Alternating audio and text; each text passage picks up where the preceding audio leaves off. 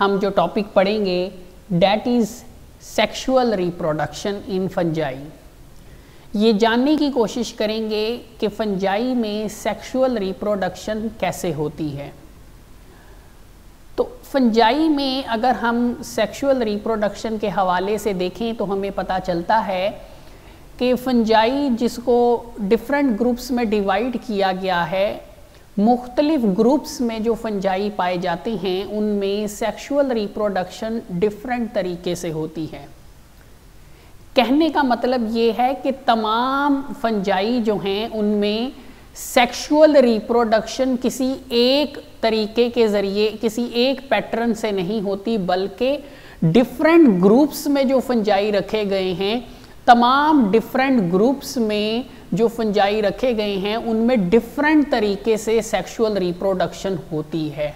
हाँ, ये ज़रूर है कि सेक्सुअल रिप्रोडक्शन चाहे मुख्तलिफ है तमाम फंजाई के ग्रुप्स में, लेकिन कुछ स्टेप्स ज़रूर ऐसे हैं सेक्सुअल रिप्रोडक्शन के जो कि तमाम फंजाई के रिप्रोडक्टिव साइकिल में जो हैं वो सेम हैं।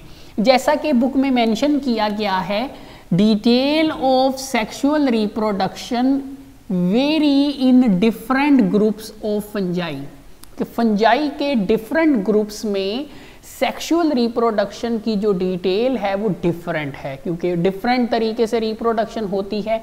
लेकिन बट सम स्टेप्स, लेकिन कुछ स्टेप्स ज़रूर ऐसे हैं जो तमाम फंजाई के रिप्रोडक्टिव साइकिल में कॉमन हैं। अब वो कौन कौन से तीन ऐसे स्टेप्स हैं। पहला है प्लाज्मोगेमी, दूसरा है कैरियोगेमी और तीसरा है जाइगोट फॉर्मेशन। देखा यह गया है कि किसी भी ग्रुप से ताल्लुक रखने वाला फंजाई जब उसमें सेक्सुअल रिप्रोडक्शन होना शुरू होती है तो सबसे पहले दो फंजाई, चूँकि सेक्सुअल रिप्रोडक्शन है तो दो फंजाई हिस्सा लेंगे, पॉजिटिव और नेगेटिव। तो दो फंजाई जो हैं उनके हाइफी एक दूसरे के नज़दीक आना शुरू हो जाएंगे। एक टाइम आएगा कि दोनों हाइफी एक दूसरे के साथ अटैच होंगे।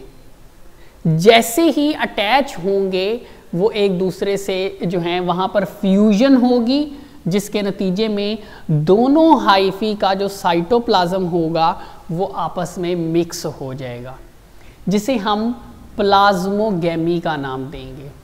इसको हम इस तरीके से स्टूडेंट समझ सकते हैं कि मिसाल के तौर पर अगर हमारे पास ये एक हाइफी है पॉजिटिव फंजाई का, ये एक हाइफी है हमारे पास नेगेटिव फंजाई का, दोनों एक दूसरे को जो है वो अप्रोच करेंगे, एक दूसरे की तरफ मूव करेंगे। एक टाइम आएगा कि दोनों एक दूसरे के साथ जो हैं वो अटैच हो जाएंगे। यहाँ पे फ्यूजन होगी जिसकी वजह से दोनों का जो साइटोप्लाज्म होगा वो एक ही साइटोप्लाज्म में तब्दील हो जाएगा। तो ये जो फ्यूजन होगी हाइफी की, इसे हम क्या नाम देंगे, डेट इज कॉल्ड प्लाज्मोगेमी, क्योंकि जब हाइफी फ्यूज करते हैं तो उनका साइटोप्लाज्म एक ही साइटोप्लाज्म में तब्दील हो जाता है। तो पहला स्टेप क्या है, hyphae of two genetically different but compatible, मतलब कि एक ही स्पीशी के दो डिफरेंट जो हैं वो फंजाई पॉजिटिव, एक ही स्पीशी के दो फंजाई पॉजिटिव और नेगेटिव, वो उनके हाइफी एक दूसरे के नज़दीक आएंगे, जिसके नतीजे में उनका साइटोप्लाज्म जो है वो क्या हो जाएगा, एक दूसरे के साथ फ्यूज हो जाएगा। That is called plasmogamy. Plasmogamy के फौरन बाद जब साइटोप्लाज्म फ्यूज हो जाता है तो उसके बाद जो न्यूक्लियस होता है हाइफी के अंदर वो आपस में फ्यूज करती हैं, जिसकी वजह से एक डिप्लॉइड न्यूक्लियस जाइगोट जो है वो बनता है। तो पहले हाइफी एक दूसरे के नज़दीक आएंगे जिससे उनका साइटोप्लाज्म फ्यूज होगा, जिसे हम प्लाज्मोगेमी कहेंगे। फिर साइटोप्लाज्म फ्यूज होने के बाद, प्लाज्मोगेमी होने के बाद न्यूक्लियर फ्यूजन होगी, न्यूक्लियस आपस में मिलेंगे जिसे हम कैरियोगेमी का नाम देंगे और उसके नतीजे में क्या बनेगा, जाइगोट जो है वो बन जाएगा। तो ये जो तीन स्टेप्स हैं, plasmogamy fusion of cytoplasm, karyogamy fusion of nucleus और जाइगोट फॉर्मेशन, ये तीन स्टेप्स ऐसे हैं जो हर ग्रुप के फंजाई में सेक्सुअल रिप्रोडक्शन के दौरान हमें देखने को मिलते हैं। तो यहाँ पर नेक्स्ट अगर हम देखें तो यहाँ पर मैंने 2 कीज़ बनाई हैं जो कि हमें डिफरेंट फंजाई के सेक्सुअल लाइफ साइकिल को स्टडी करने में हेल्प करेंगी। अमूमन फंजाई में 2 तरह का सेक्सुअल प्रोसीजर देखा गया है। सबसे पहले अगर हम केस नंबर 1 की बात करें तो सबसे पहले जैसा कि हमने पढ़ा अभी कि जब फंजाई सेक्सुअल रिप्रोडक्शन शुरू करते हैं तो सबसे पहले प्लाज्मोगेमी होती है। प्लाज्मोगेमी के फ़ौरन बाद क्या होगी? कैरियोगेमी, जिसके नतीजे में हमेशा क्या बनता है? जाइगोट बनता है।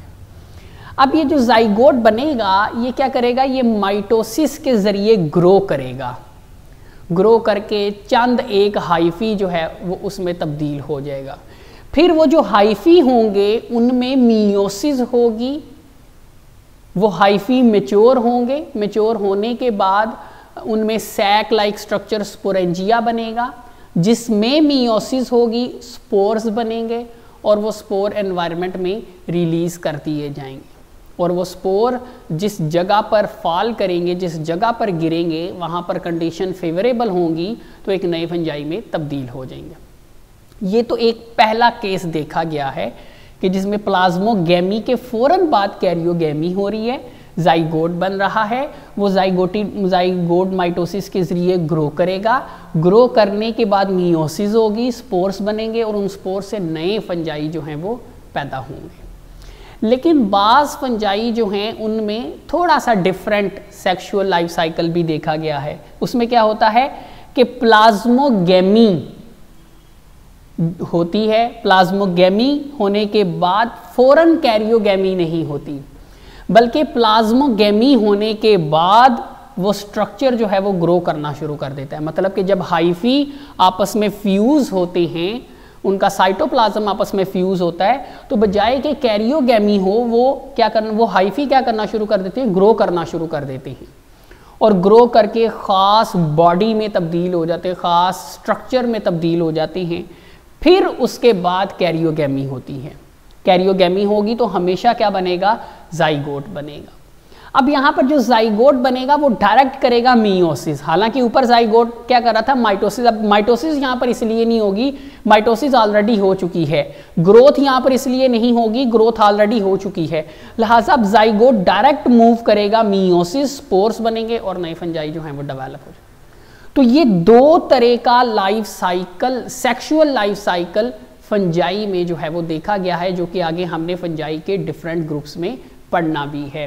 तो इसमें प्लाज्मोगेमी के बाद फ़ौरन कैरियोगेमी नहीं होती, लेकिन कुछ ऐसे हैं जिनमें प्लाज्मोगेमी के फ़ौरन बाद कैरियोगेमी होती है। तो ये बहुत ही ज़्यादा की जो है वो हमें हेल्पफुल जो है वो होगी जब हम बात करेंगे डिफरेंट ग्रुप्स में पाए जाने वाले फंजाई के सेक्सुअल रिप्रोडक्शन के हवाले से। इसके साथ साथ एक छोटा सा टॉपिक है क्लासिफिकेशन ऑफ फंजाई। जैसा कि अभी हम बात कर रहे थे कि फंजाई जो हैं इनको डिफरेंट ग्रुप्स में जो है वो क्लासीफाई किया गया है depending upon method of reproduction, के इनमें रिप्रोडक्शन किस तरीके से होती है, इनमें रिप्रोडक्शन के लिए जो रिप्रोडक्टिव स्ट्रक्चर्स हैं वो किस किस्म के हैं। तो इस एतबार से फंजाई जो हैं इनको 4 बड़े ग्रुप्स में डिवाइड किया गया है। जाइगोमाइकोटा है, एस्कोमाइकोटा है, बसीडियोमाइकोटा है, ड्यूट्रोमाइकोटा है। अब जाइगोमाइकोटा जो हैं इनमें सेक्सुअल रिप्रोडक्शन के दौरान जो स्पोर्स बनते हैं, जैसा कि वो हम देख सकते हैं कि लाइफ साइकिल के जो केसेस हैं उनमें स्पोर्स ही बनते हैं। इनमें जो स्पोर्स बनते हैं उन्हें कहते हैं जाइगोस्पोर्स। एसेक्सुअल रिप्रोडक्शन इनमें स्पोर फॉर्मेशन के जरिए होती है। और इस फाइलम के अंदर, इस ग्रुप के अंदर जाइगोमाइकोटा में जितने भी फंजाई पाए जाते हैं उनकी बॉडी नॉन सेप्टेड हाइफी से बनी होती है। जबकि एस्कोमाइकोटा और बसीडियोमाइकोटा में अगर हम देखें तो इनमें सेक्सुअल रिप्रोडक्शन के दौरान कुछ बॉडीज बनती हैं। ये वाला केस इनमें मौजूद है, एस्कोकार्प और बसीडियोकार्प, जिनके अंदर स्पोर्स बनते हैं, एस्कोस्पोर्स, बसीडियोस्पोर्स। जबकि एस्कोमाइकोटा में जो एसेक्सुअल रिप्रोडक्शन है वो कोनिडिया फॉर्मेशन के जरिए होती है। जबकि बसीडियोमाइकोटा में जो फंजाई पाए जाते हैं उनमें एसेक्सुअल रिप्रोडक्शन जो है वो अनकॉमन है, मुख्तलिफ वेरी करती रहती हैं। हाइफी की अगर हम बात करें तो एस्कोमाइकोटा और बसीडियोमाइकोटा, इन दोनों ग्रुप्स में जो फंजाई पाए जाते हैं उनका लाइफ साइकिल अगर हम स्टडी करें तो ज़्यादातर लाइफ साइकिल के दौरान हमें जो हाइफी मिलता है वो सेप्टेट डाईकैरियोटिक हमें देखने को मिलता है। डाईकैरियोटिक मीन्स में हाइफी सेप्टेट तो होगा लेकिन हर सेल में 2 न्यूक्लियस मौजूद होंगे। ज़्यादातर लाइफ साइकिल में हमें सेप्टेट डाईकैरियोटिक हाइफी देखने को मिलेगा, कुछ हिस्सा जो होगा वो मोनोकैरियोटिक पर मुश्तमिल होगा, इसीलिए साथ लेंथी का लफ्ज़ इस्तेमाल किया गया। सिमिलर बसीडियोमाइकोटा के लिए भी होगा। लास्ट वन है ड्यूट्रोमाइकोटा।